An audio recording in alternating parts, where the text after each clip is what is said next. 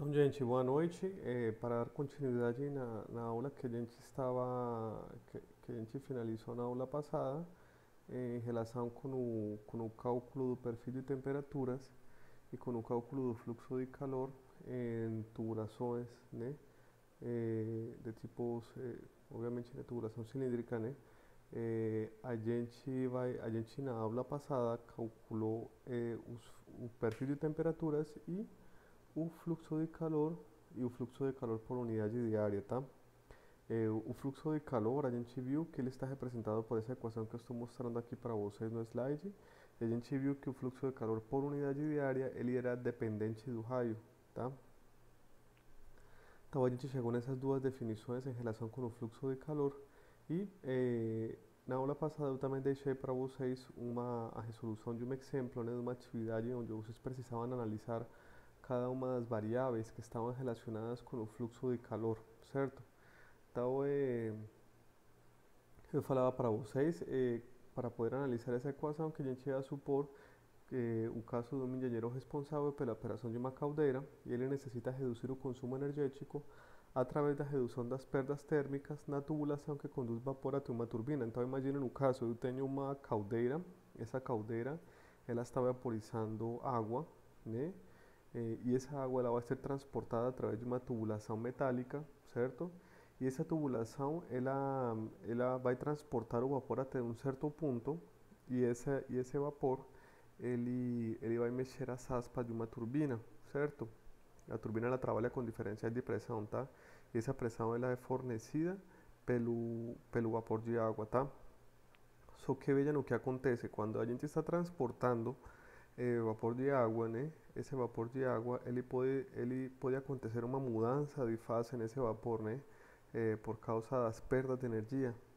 Então esse vapor ele vai percorrer a tubulação e na medida que percorre a tubulação, ele pode perder energia por causa do fluxo de calor, tá?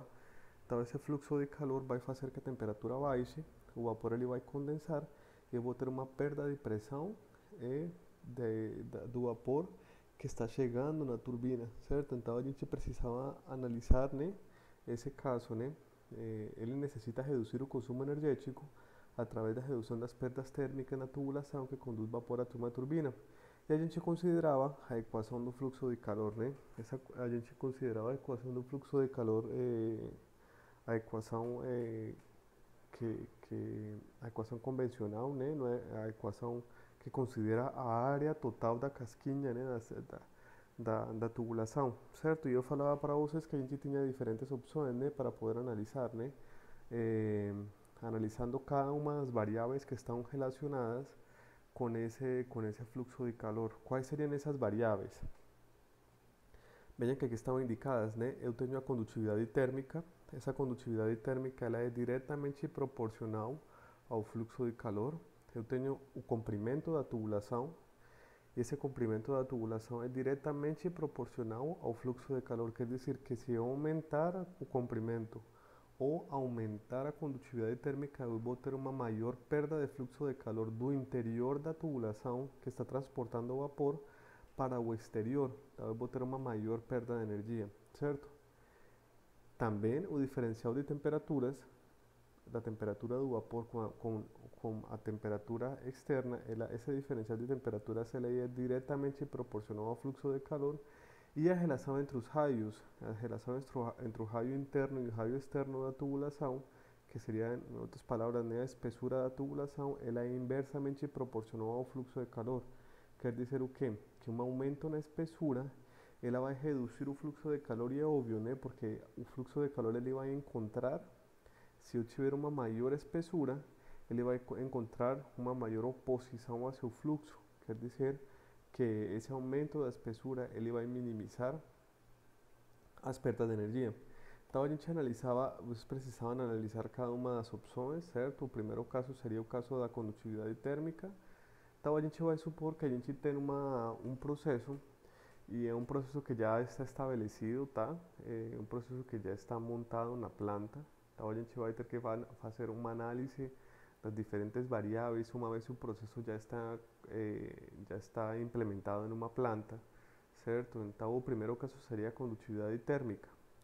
Para poder baixar o fluxo de calor, a gente precisaria baixar diminuir a condutividade térmica, que em outras palavras seria trocar a parede cilíndrica por outra com uma menor condutividade térmica. Se a gente for analisar em termos práticos, essa opção seria inviável. Por quê? Porque eu teria que trocar todas as tubulações do meu processo, e isso teria uma influência nos custos de nos custos de projeto do processo. Imaginem que um processo já está montado e eu ter que trocar todas as tubulações por tubulações com uma menor condutividade térmica, certo? Então essa seria uma primeira opção, que seria uma opção inviável, tá?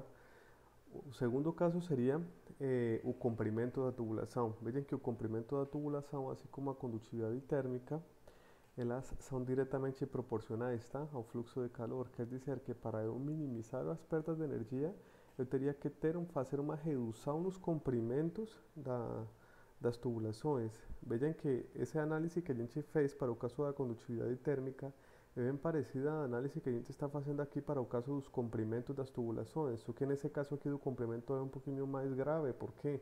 Porque eu precisaria desconfigurar em termos de localização todos os equipamentos, pelo fato de eu reduzir os comprimentos das tubulações. Isso precisaria trocar a configuração do meu processo, que em termos econômicos seria impossível, tá? Uma terceira opção seria a relação entre o raio interno e o raio externo das tubulações. Para poder minimizar esse fluxo de calor, eu teria que aumentar essa espessura, certo, dessa parede cilíndrica. Então vejam que eu tenho opções de poder fazer esse aumento na espessura da parede da tubulação, colocando diferentes tipos de materiais, né, para poder aumentar a espessura. Quer dizer o quê? Que estou colocando materiais com o objetivo de que o fluxo de calor ele encontre diferentes barreiras para poder chegar até a área externa, certo? Essa seria uma opção viável, certo? E finalmente a gente tem o diferencial de temperatura. Como vocês podem observar, o diferencial de temperatura ele é diretamente proporcional ao fluxo de calor. Quer dizer o quê? Que um aumento no diferencial de temperaturas aumentaria o fluxo de calor, e uma redução do diferencial de temperaturas reduziria o fluxo de calor. Como a gente está considerando o vapor de água, né, e a água em estado gasoso, ela se mantém uma temperatura fixa, e a temperatura ambiente, que seria a temperatura externa que a gente estaria considerando, ela também é fixa. Quer dizer que não existiria um jeito, né, de eu poder mexer com esse diferencial de temperatura. Se eu chego a mexer com a temperatura do vapor, pode ser que eu condense ele. E se eu aumentar a temperatura do vapor, eu teria custos adicionais em termos de processo, certo? Então, como estou colocando aqui no final do slide, trocar a parede ou reduzir a temperatura do vapor podem ser opções de difícil implementação, certo? Porém, a colocação de isolamento térmico, que seria a terceira opção, estaria relacionada com os raios interno e externo sobre a parede cilíndrica, cumpre ao mesmo tempo as ações de redução da condutividade térmica e aumento da espessura da parede. Em outras palavras, o que a gente está fazendo quando a gente está aumentando esse raio, essa relação entre o raio externo e o raio interno, é considerar o que a gente chama de resistência térmica. Então vejam que essa análise do fluxo de calor, considerando a equação do fluxo de calor, considerando a casquinha, a área total da casquinha, né, como a gente estava fazendo análise nas aulas anteriores, leva a gente ao conceito do que a gente chama de resistência térmica na parede cilíndrica, certo? Então a gente vai analisar agora esse conceito de resistência térmica na parede cilíndrica, e vocês vão ver que está relacionada com simplesmente essa relação entre o raio externo e o raio interno da tubulação, certo? Para poder analisar esse conceito de resistência térmica, eu vou pedir a vocês que analisem o conceito de resistência na condução de corrente elétrica. Não sei se vocês lembram da equação de condução de corrente elétrica. A corrente elétrica, e aí vocês perguntarão, por que ele está fazendo uma análise da corrente elétrica e comparando a corrente elétrica com o fluxo de calor? A corrente elétrica, assim como o calor, são duas formas de representar energia, certo? Quer dizer que, pelo fato de ser duas representações de energia, pode ser considerada uma análise bem similar em relação ao que a gente chama dos conceitos de resistência, tá? Em relação com a corrente elétrica, eu tenho que a corrente elétrica, a equação que representa a corrente elétrica, ela é igual ao diferencial de potencial elétrico dividido entre a resistência. Se a gente for comparar essa equação da corrente elétrica com a equação que a gente acabou de obter, a gente poderia obter uma equação similar, que seria o fluxo de calor é igual ao diferencial de temperaturas dividido entre a resistência, onde o diferencial de temperaturas é o que a gente chama de potencial térmico e R seria a resistência térmica da parede, certo? Se a gente fazer uma analogia dessa equação de calor é igual ao diferencial de temperatura dividido entre R e igualar essa equação com a equação que a gente obteve para o caso da tubulação cilíndrica, o fluxo de calor na tubulação cilíndrica, a gente chega na equação que eu estou mostrando para vocês na metade do slide, né? Quer dizer, em outras palavras, que a resistência 1 dividido entre a resistência seria igual ao que? A K2πL dividido entre o logaritmo natural de G2 dividido entre G1. E em outras palavras, a resistência térmica para o caso de tubulações, certo? Isolando R, a gente obtém que a resistência seria igual ao que? Ao logaritmo natural de G2 dividido entre G1 dividido entre K2πL, certo? Então esse é um novo conceito que a gente pode trazer em relação com a análise da configuração de cilindros, né? O fluxo de calor em cilindros, que seria o conceito de resistência térmica.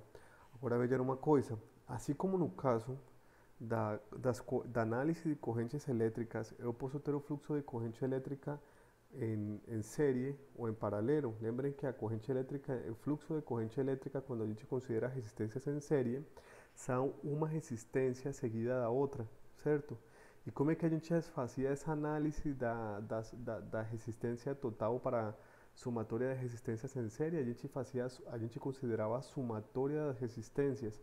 Então faça de conta como se eu colocasse diferentes camadas de materiais e essa resistência, a resistência total seria a somatória das resistências de cada uma das camadas, certo? E eu estou colocando aqui no slide para o caso geral em que temos uma associação de N paredes cilíndricas associadas em paralelo, certo? Por analogia com paredes planas, o fluxo de calor estaria dado por, certo? Só que aqui no caso serían, no slide está errado, serían configurações em série, tá?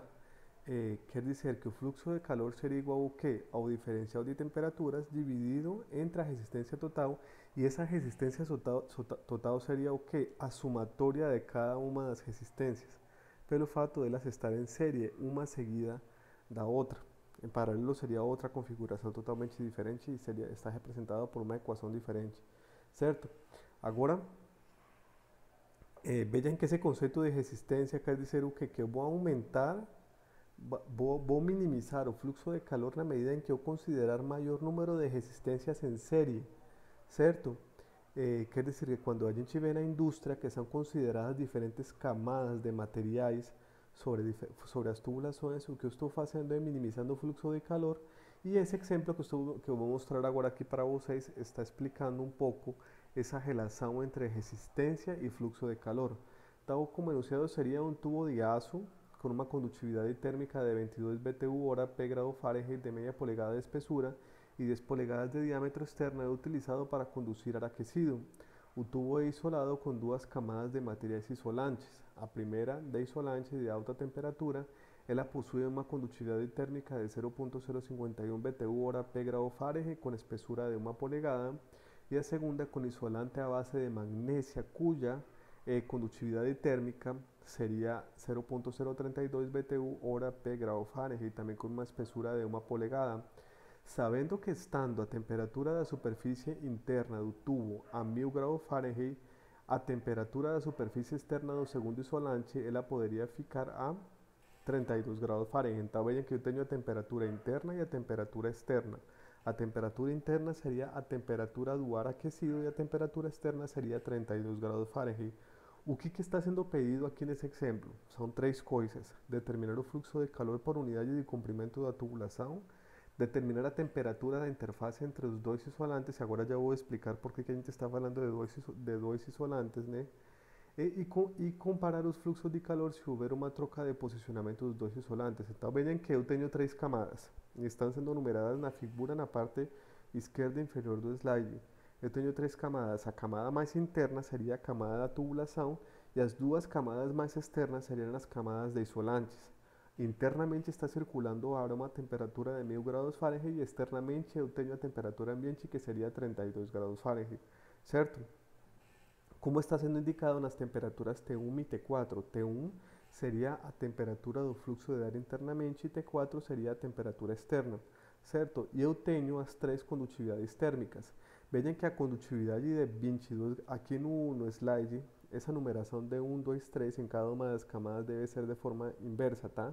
A camada número 1 seria a camada que corresponde à tubulação e ela tem uma condutividade térmica de 22, a camada 2 ela possui uma condutividade de 0,51 e a camada mais externa ela possui uma condutividade de 0,032, tá? Agora, vejam que a equação para calcular as resistências, ela precisa da relação entre os raios. Vejam aqui a equação na parte inferior, raio interno e raio externo. Então, para isso, a gente vai fazer uma análise dos raios, certo? Então, vejam que a tubulação interna, certo? Ela possui um diâmetro de 10 polegadas, certo? Quer dizer, possui um diâmetro externo, quer dizer que nesse diâmetro externo, para poder calcular o raio interno da primeira camada, eu preciso subtrair como eu tenho 10 polegadas, a metade do diâmetro seria o raio, seria meu raio externo, menos a espessura dessa parede, e essa espessura dessa parede seria meia polegada, por isso que eu estou fazendo o cálculo aqui no slide, 5 menos 1 meio, igual a 4,5, e a gente veja que a condutividade térmica, ela está em que unidades? BTU hora P grau Fahrenheit, quer dizer que eu preciso transformar todas as polegadas para P's. O seguinte raio, que seria, então já tenho o raio mais interno da primeira camada, agora o raio externo da primeira camada, seria 5 polegadas, dividido entre 12, que seria a conversão para P's. O terceiro raio seria 5 polegadas, que seria o raio externo da primeira camada, mais uma polegada, que seria a espessura da camada intermediária, tá? Seria 6 polegadas dividido entre 12 para fazer a conversão em P's. E finalmente o raio mais externo, que seria 6 mais uma polegada de espessura, que seria 7 dividido entre 12 para fazer a conversão em P's. E o comprimento seria de 1 P, certo? No caso da parede. Então vejam que nesse caso a gente precisa aplicar essa equação aqui para calcular o fluxo total, que seria a primeira pergunta. Determina o fluxo de calor por unidade de comprimento do tubo. Aqui nesse caso a gente vai considerar a equação considerando o eje com um valor de 1, tá, gente? Então vejam aqui que eu estou considerando a T1 menos T4, 1000 menos 32. Estou considerando cada uma das resistências em cada uma das camadas com seus respectivos raios. Eje 2, eje 1, eje 3, eje 2, eje 4, eje 3. E estou considerando o valor de comprimento igual a 1 e cada uma das condutividades para dar um valor total de fluxo de calor de 722 BTU por hora por P, tá? A segunda pergunta seria o que? Determina a temperatura da interface entre os dois isolantes. Quer dizer que entre os dois isolantes eu precisaria encontrar as temperaturas T3 e T4. Vejam que eu preciso encontrar uma relação entre a temperatura T4, que seria mais externa, e a temperatura interna dessa camada, certo? Porque seria a temperatura entre os dois isolantes. Pues infelizmente aqui não tenho como fazer o desenho para poder vocês observar direitinho qual seria exatamente a mesma temperatura, mas imaginem que eu tenho três camadas, tá? Minha primeira camada seria a tubulação. A temperatura mais interna seria T1, a temperatura mais externa dessa primeira camada seria T2. Depois eu tenho a segunda camada. Da segunda camada, a temperatura interna seria T2 e a temperatura externa seria T3, certo? E a última camada, eu tenho a temperatura interna T3 e a temperatura externa T4. Então vejam que como eu estou pedindo para vocês a temperatura entre as duas camadas de isolante seria qual temperatura? T3. Como eu já calculei meu fluxo de calor, e esse fluxo de calor é constante para para todas as camadas, certo? Então eu vou utilizar esse fluxo de calor e eu simplesmente eu vou considerar T4, eu já tenho essa temperatura que seria a temperatura de 32 graus Fahrenheit e eu tenho a relação EG4 e EG3, certo? Porque eu já tenho a relação entre o raio externo e o raio interno. Eu tenho um valor de 2πL que seria igual a 1 e eu considero a terceira camada. Simplesmente se eu preciso isolar a terceira temperatura, essa temperatura seria de 587,46 graus Fahrenheit. Finalmente, que seria a última pergunta. Compare os fluxos de calor se houver uma troca de posicionamento dos dois isolantes. Então, simplesmente, da primeira equação, eu vou fazer uma troca, certo? Em relação às condutividades térmicas. Não sei se vocês podem comparar a equação do item A com o item C. E eu simplesmente estou fazendo uma troca dos dois isolantes em relação com a condutividade térmica. Os raios permanecem iguais, tá? Só que eu estou trocando o tipo de material. Vejam que eu estou trocando 0.051 por 0.052. E nesse caso, gente, a gente chega a um fluxo de calor de 697,09. Quer dizer que o fluxo diminui em relação com o caso anterior, ou seja, que funciona fazer uma troca das camadas de isolante. Certo, gente? Então, até esse ponto, a gente chegou a ver o conceito de resistência térmica e na próxima aula a gente já vou passar para vocês, caso não surgirem dúvidas em relação com essa aula aqui, né? A simulação do trocador de calor, tá? Então, muito obrigado.